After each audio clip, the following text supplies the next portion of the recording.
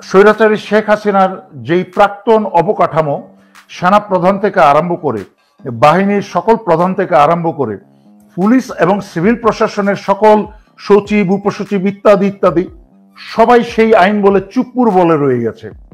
সেই চুপ্পুকে আমি শুরু থেকে বলেছিলাম, চুপ্পু হওয়া উচিত ছিল 5ই আগস্টের আন্দোলনের যেরকম গণভবন ভাঙা হয়েছে সেরকম বঙ্গভবন ভেঙে ঢুকে যাওয়া উচিত ছিল, কিন্তু ছাত্ররা সেটা মিস করেছে, শুরুতেই হাতছাড়া হয়ে গেছে বিপ্লব।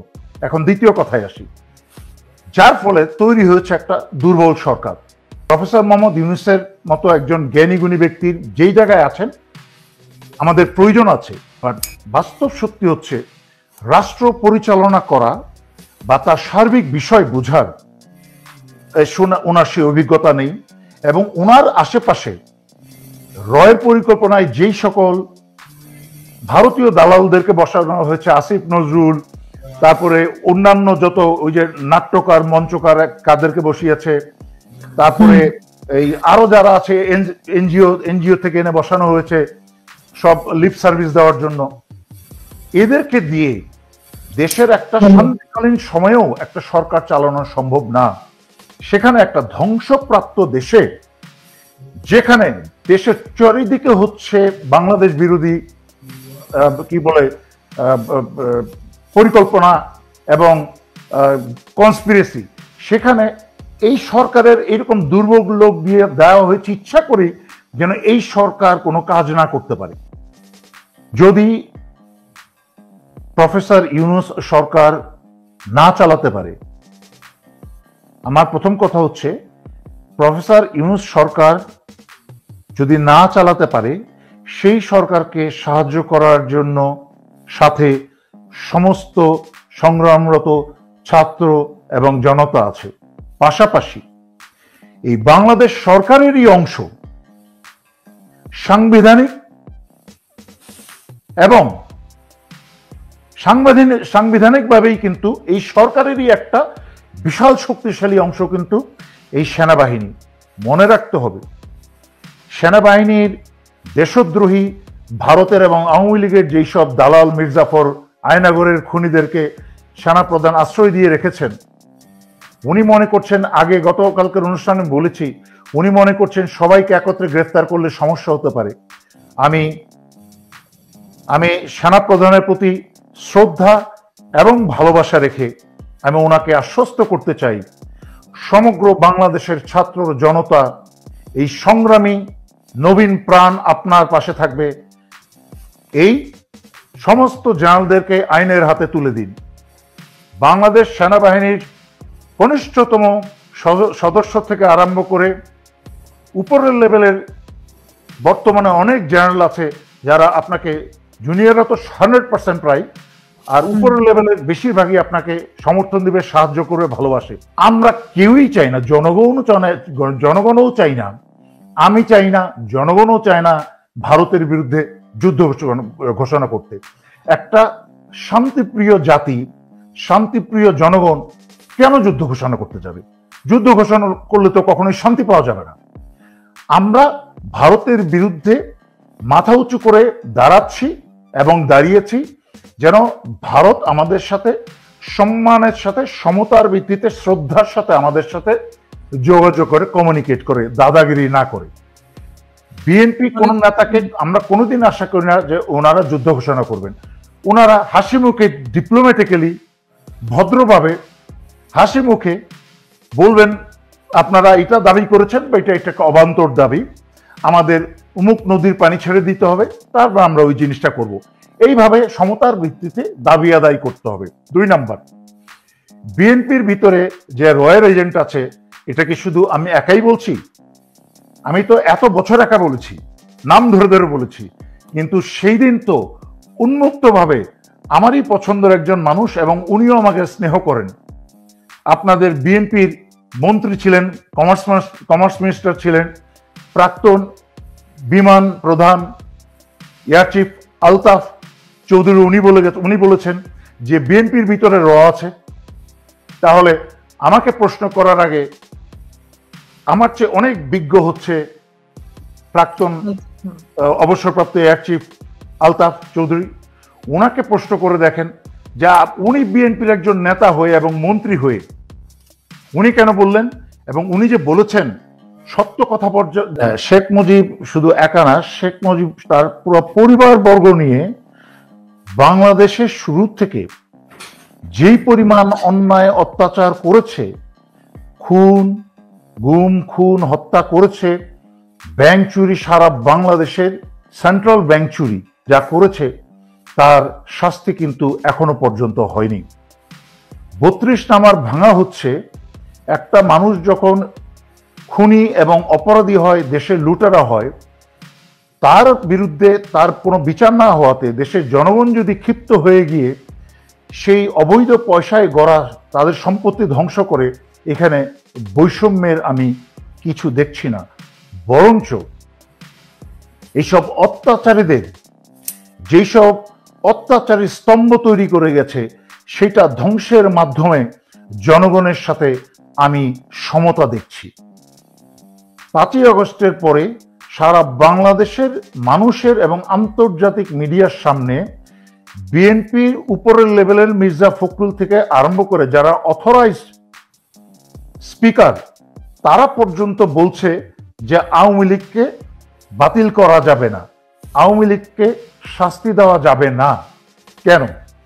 হিটলারের দলকে, রাজনৈতিক দলকে যদি গণহত্যার কারণে বাতিল করা যায় এবং বিভিন্ন দেশের থেকে সেই দলের সকল প্রতীককেও ধ্বংস করে দেওয়া যায়, আমি মুজিব আমলের কথা বাদেই দিলাম, শুধু গত ১৬ বছরের স্বৈরাচারী শেখ হাসিনার যেই অসব অন্যায়, গণহত্যা, গণকবর এবং রাষ্ট্রীয় সম্পদ চুরি, সেই অপরাধে কেন আওয়ামী লীগকে, আমি এই বৃদ্ধ বয়স্ক নেতাদের অনুরোধ করছি, দয়া করে আপনাদের দলেরই বিএনপির অনেক ভালো ছেলেপেলেকে আমি চিনি জানি যারা যোগ্য, আমি একজনের প্রমোট করতে চাই না নাম বলে, আমি অনেককেই জানি, আমার ফেসবুকও আছে দুই একজন, অতীতে কথাও হয়েছে, আমার নাম বলার দরকার নাই, প্রমোট করার দরকার নাই।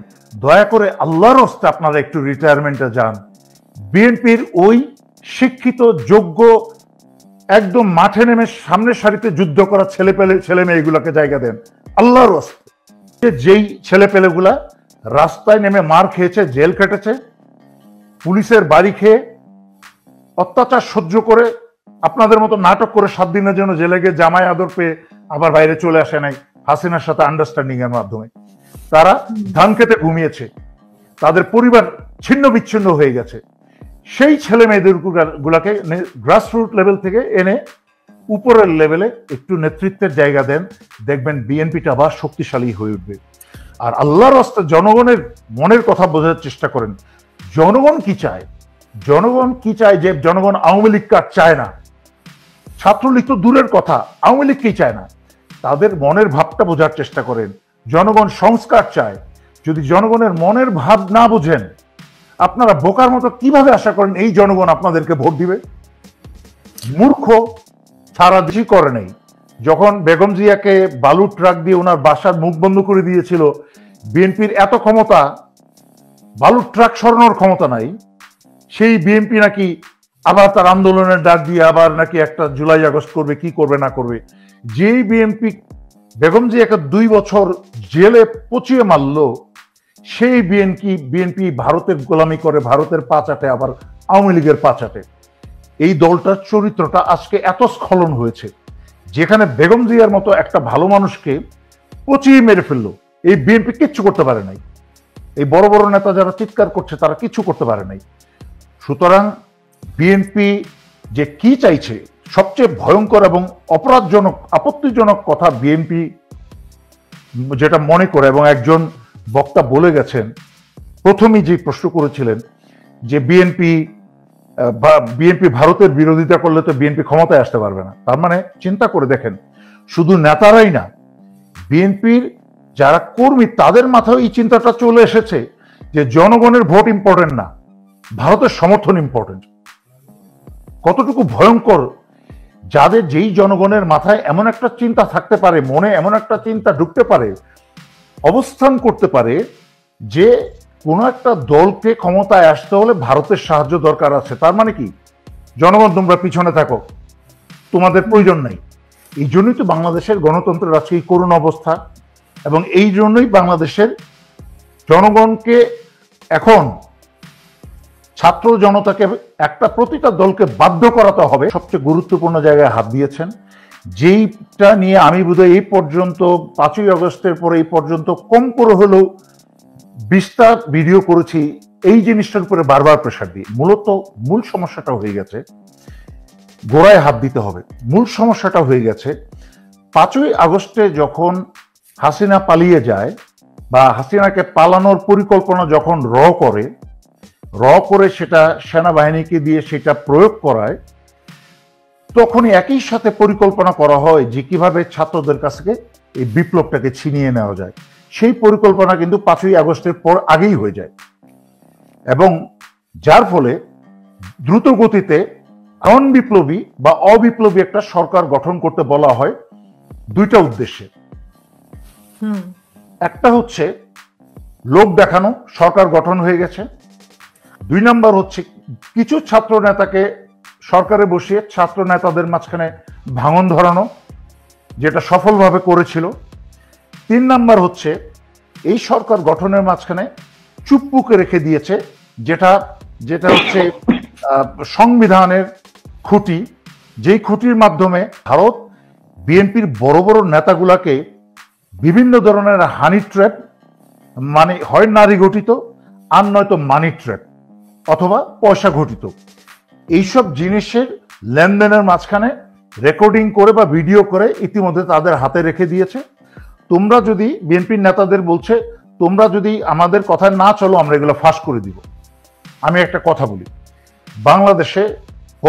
বাংলাদেশের মানুষের অনেক খারাপ গুণের মাঝখানে একটা খারাপ গুণ হচ্ছে খুব সহজে ভুলে যায়। এরা অপরাধীদেরকে খুব সহজে এদের অতীত ভুলে গিয়ে মাফ করে দেয়। তো আমরা উন্মুক্তভাবে বলছি, যদি ভারত এমন কোনো ট্র্যাপ বিএনপি কোনো নেতাকে করে দিয়ে থাকে, ঠিক আছে, নারী ঘটিত অথবা বাড়ি ঘটিত যেই অপরাধী করেছেন হোক না প্রকাশ, জনগণ মাফ করে দিবে। সেই অপরাধ বা সেই অপরাধের বিনিময়ে দেশকে বিক্রি করার চেয়ে তো দেশ তো অনেক বড়, সুতরাং দেশকে তো জলাঞ্জলি দেওয়া যাবে না। তাই বিএনপির উপরের নেতার লেভেল থেকে আরম্ভ করে যত নিচের লেভেলের নেতার কারোর যদি এই ধরনের কোনো গোপন তথ্য ভারতের কাছে থেকে থাকে, এমনকি আমি সামরিক বাহিনীর জন্য বলছি, যেহেতু খুনি জিয়াউল হাসান সে এনটিএমসি থেকে অনেকের কথা, অনেক গোপন ভিডিও রেকর্ডিং করত, হাসিনা থেকে আরম্ভ করে তারেক সিদ্দিকী থেকে আরম্ভ করে সকল সেনাপ্রধানের, সেই বর্তমান সেনাপ্রধান, প্রাক্তন 2 সেনাপ্রধান, সবার কিন্তু এরকম গোপন জিনিস তার কাছে রেকর্ডিং করা আছে। সেই জন্য কিন্তু সে মহান কনফিডেন্সে আছে, খুব কনফিডেন্ট আছে যে তার কোনো বিচার আচার কিছু হবে না, এগুলা ফাঁস করে দেওয়ার ভয় দেখিয়ে সমস্ত বিচার আচার থামিয়ে রেখেছে। আমি সেই সকল মিলিটারি অফিসারের জন্য বলছি, দোষ ত্রুটি, অপরাধ, চুরি, নারী ঘটিত অর্থ ঘটিত যাই হয়ে থাকুক, দোষ তো মানুষেরই হয়। যা করেছেন সেই অপরাধ যদি প্রকাশও হয়, ভয় না পেয়ে এগিয়ে আসুন, দেশের পক্ষে সত্যি কাজ করুন, দেশের স্বাধীনতা, সার্বভৌমত্ব এবং জনতার পক্ষে কাজটা করুন। যদি ভারত বা জিয়াউল হাসান বা অন্য কেউ যদি আপনাদের এসব কথা ফাঁস করে দেয়, ভয়ের কিছু নাই, ইনশাল্লাহ আমরা জনগণ মাফ করে দিব, যে কমসে কম আপনারা শেষ পর্যন্ত দাঁড়িয়েছেন। দ্বিতীয়জন যে প্রশ্ন করেছেন, এই ডক্টর ইউনূস সরকার কেন বিচার করছেন না, আমি আগেও কয়েকবার ব্যাখ্যা করেছি, আজকের অনুষ্ঠানেও ব্যাখ্যা করেছি। বাংলাদেশে এই কেন চুরি চামারি, পুকুর চুরি, কেন দুর্নীতি বন্ধ হয় না, তার কারণ হচ্ছে এই রাজনীতিবিদদের, এই নেতাগুলা। এই তারেক রহমান বলেন, যখন শেখ হাসিনা ছিল বা এরশাদ যখন ছিল, তারা নিজের কোনো পরিবার ছাড়া আর কাউকে কোনো প্রধানমন্ত্রী কিছু হতে দিবে না। এই জন্য যেই দলের উপরে পোস্ট পায় সে মনে করে আমার বংশের তো কেউ কিছু প্রধানমন্ত্রী হতে পারবে না, তাই আমার এইটাই শেষ পাওয়া, এটাই সর্বোচ্চ পাওয়া, তাই চুরি আমি করতেই হবে। চুরি যখন করব, একটা মানুষ যখন একটা মানুষকে খুন করে, তখন কিন্তু 10টা মানুষ খুন করতে কিন্তু তার আর হাত কাঁপে না। আর একটা ভালো মানুষ যখন যে কারণেই হোক চুরি করতে শুরু করে, তখন কিন্তু সমুদ্র চুরি করতেও আর সে দ্বিধা করে না, লজ্জা বোধ করে না। আওয়ামী লীগ হচ্ছে একটা ভারতীয় দল, আর বিএনপি হচ্ছে একটা বাংলাদেশের দল। তবে বিএনপির মাঝখানে বেশ কিছু সংখ্যক লোক পচে গেছে, সেটা সব দলের মাঝখানেই আছে।